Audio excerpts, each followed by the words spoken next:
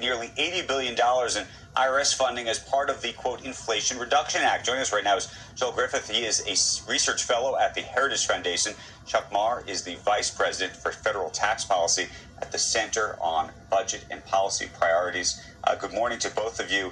Joel, I'm going to start with you. This has caused quite a ruckus, and the real question, I think, at this point is just how many Americans are going to be audited and whether we should consider that a benefit or a problem.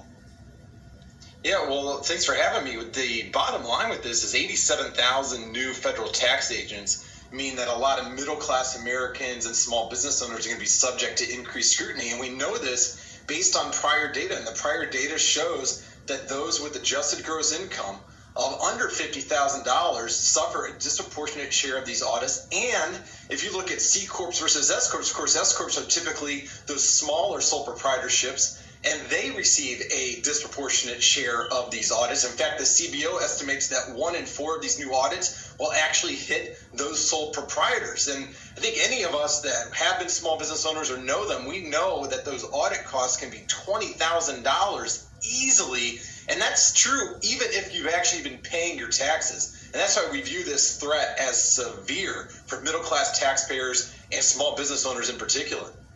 Joel, I don't think anybody, I think we'll all agree, wants small business owners or especially people who can't afford to go through an audit, as long as they're paying their taxes. The conundrum is we have two problems. We have people at the very high end who really don't pay their taxes, and I think we know that.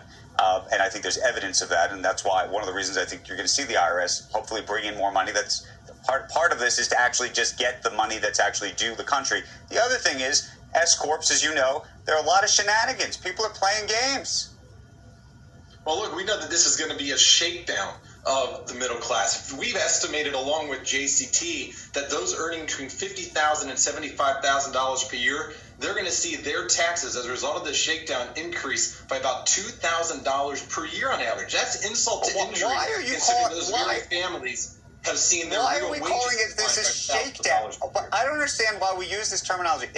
Why would it be a shakedown if people haven't paid taxes that they owe? Well, it's a shakedown because even those that have paid their taxes are going to end up living with the tension, the stress of knowing they might face an audit. And if you are audited, if you're a small business owner, the type of stress that this levies on you, I've known people that have gone through this. They can't afford the extra $20,000, $30,000 in lawyer fees and CPA fees. To think that we're going to quadruple the size of our agent workforce, 87,000, that's enough to almost fill the horseshoe at Ohio State University. This is really an insult to American families. Chuck Marr, what do you think of this? 87,000 IRS agents to audit and to pull over $200 billion from American taxpayers to fund this new bill. Now, many headlines come out saying stuff simply like this, that 87,000 new agents absolutely will not target middle-class income Americans, middle-income Americans, right? How are you going to pull $200 billion from the rich, $200 billion from the elite, when they have structures and they have teams of attorneys and accountants, and they're playing things, for the long game? They're either depreciating things through real estate. They have offshore trust, not in which people could use offshore trust to evade, but many people simply have structures and ways in which they can do things. Charities look at a lot of the wealthy people. They become philanthropists when they start making a lot of money, right? A lot of people start doing things to shelter themselves, whereas small business owners, they simply don't have the resources to do this, right? And so as I look at this article, this hit the nail on the head. He wrote, our investment in these resources designed about the Department of the Treasury's directive, and that audit rates will not rise relative to recent years for households making under $400K. Last week, a nonpartisan watchdog joint committee on taxation said it anticipates that between 78 and 90% of the estimated $200 billion that the IRS will collect as a result of the bolstered workforce will come from small business. President Biden and the Democratic Party have insisted that Americans earning less than $400,000 annually would not have to pay a cent more in taxes. But the Joint Committee on Taxation disputes this, saying that between 4 and 9% of the money collected will come from businesses that earn $500,000 a year, right? 4 to 9%. The IRS will have to target small and medium businesses because they won't fight back. They won't fight back. executive vice president of National Taxpayer Union Foundation, told the Post, "We've seen this play out before." The IRS says, "We're going after the rich, but when they're trying to raise that much money, the rich can only get you so far." Hutchman told the Post that it's easy for the IRS to collect from small and mid-sized businesses since they are less likely to incur legal expenses in order to fight the agency, whereas larger and wealthier companies are much better equipped to do the battle.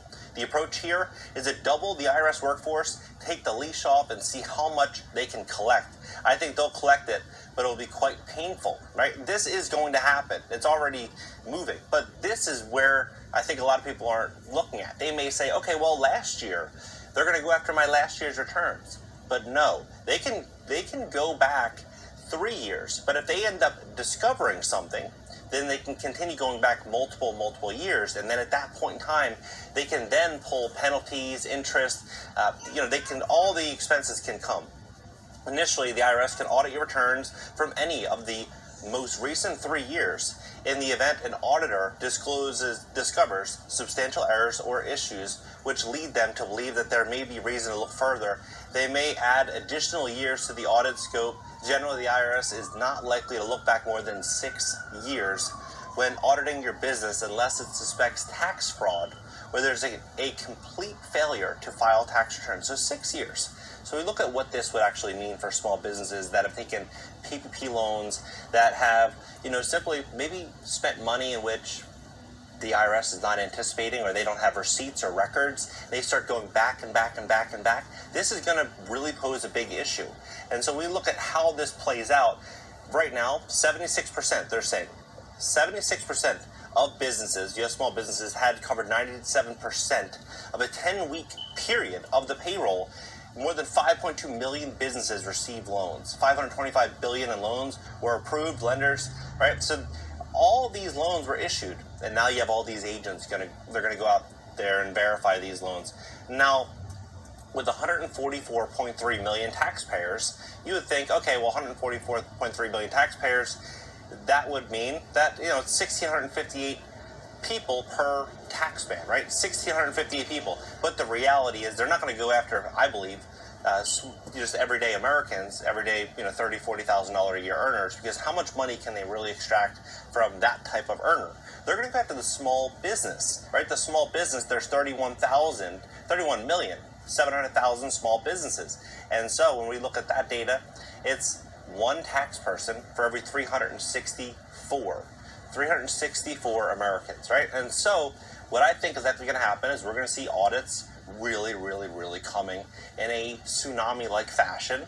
If these 87,000 agents are assigned and they're going to go out there and they have a goal of collecting $200 billion, that's what they're going to do. They're going to go out there and try to collect that $200 billion. And so what I think is very smart right now is people to get prepared for what's to come. I think hiring a great accountant, having a good accountant on your side, making sure that everything is buttoned up, and having a solid plan. And that being said, today's video is sponsored by the solution